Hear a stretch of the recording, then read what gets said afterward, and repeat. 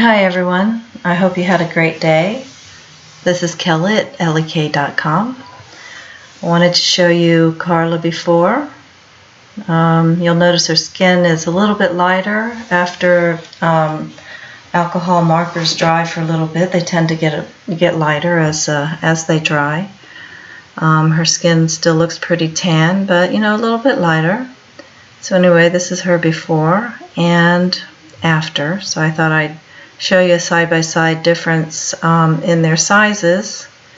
And she started out as a white note card.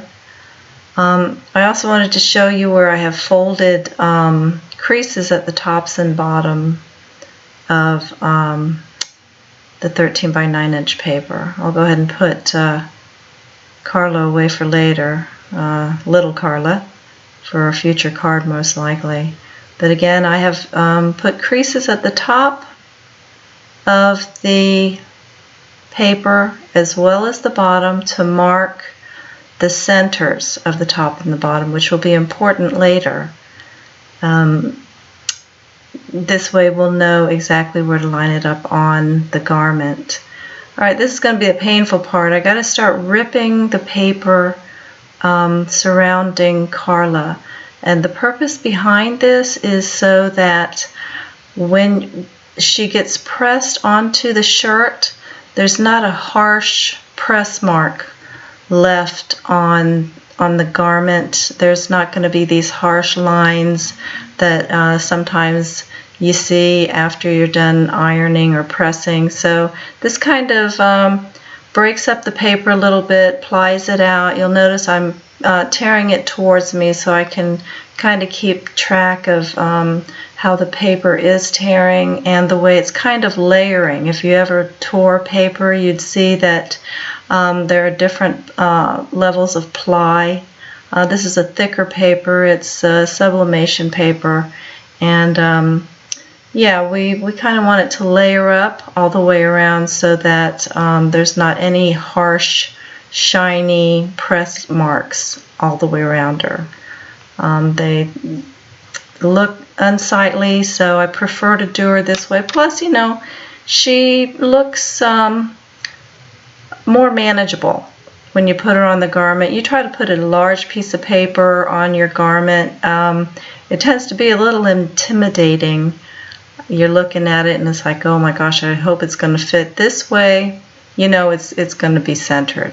And again, those creases at the top and bottom, I want to make sure that they're visible so I can center Carla up in the middle of the garment where she needs to go. Alright, this is my heat press. This is a Stahl's. My husband purchased it for me from Stahl's. It's a Hottronics clamshell 16 by 20.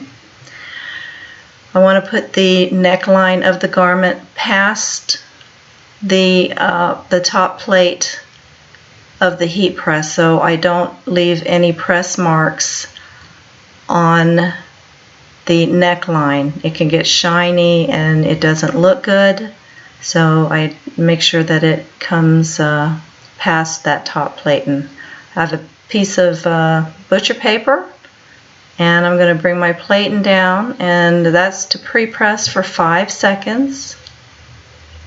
2, 1, okay, and then the clamshell automatically pops back up. So take off the butcher paper, which is really, a good size. For 16 by 20, it's going to cover that entire garment on the top, and it's important to have that on there. I also have butcher paper underneath the shirt to protect that bottom platen from having any ink get pressed through the shirt and onto the bottom.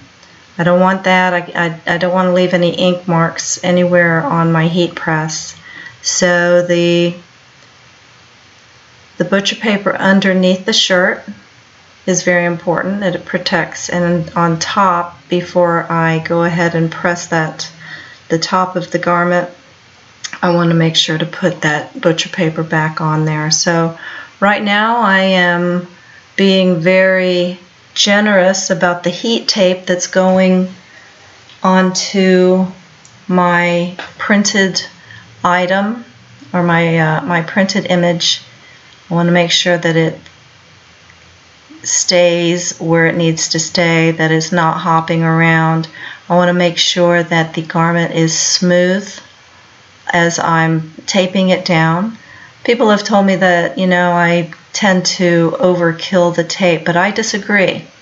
And the reason is because when you press it, that top platen is going to come up, your garment's going to jump a little bit, and the image is going to jump, and what will happen from there is it'll land back down on the hot garment, and if it jumps just the tiniest bit, you're going to have shadowing, and you're not going to be happy. It's just not going to be a crisp image. So go ahead and put that butcher paper back on top. I make sure that everything is smooth, neckline is down, and here we go for the final press. And this is at 380 for 60 seconds.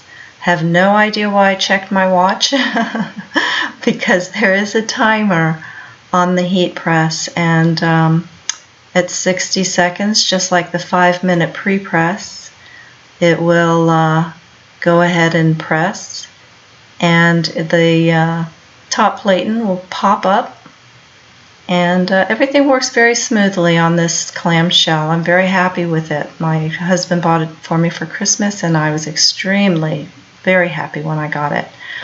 Alright, so we're counting down, and time is up, platen's up, and there's Carla. She's looking good. Got to cool her off just a little bit before you try taking the that printed image off, because it is hot. I'll be honest with you, I did scorch my nail polish just a little bit, so just rip off that band-aid. There you go. Rip it off, and shake her off, cool her off, and there's Carla. Not a great image or recorded shot, but there she is, looking lovely, the lovely Carla. And here she is next to her, in her original form. And there she is in her final press. Thank you for watching, and I'll be back with more videos on other topics. I hope you learned something. Goodbye for now.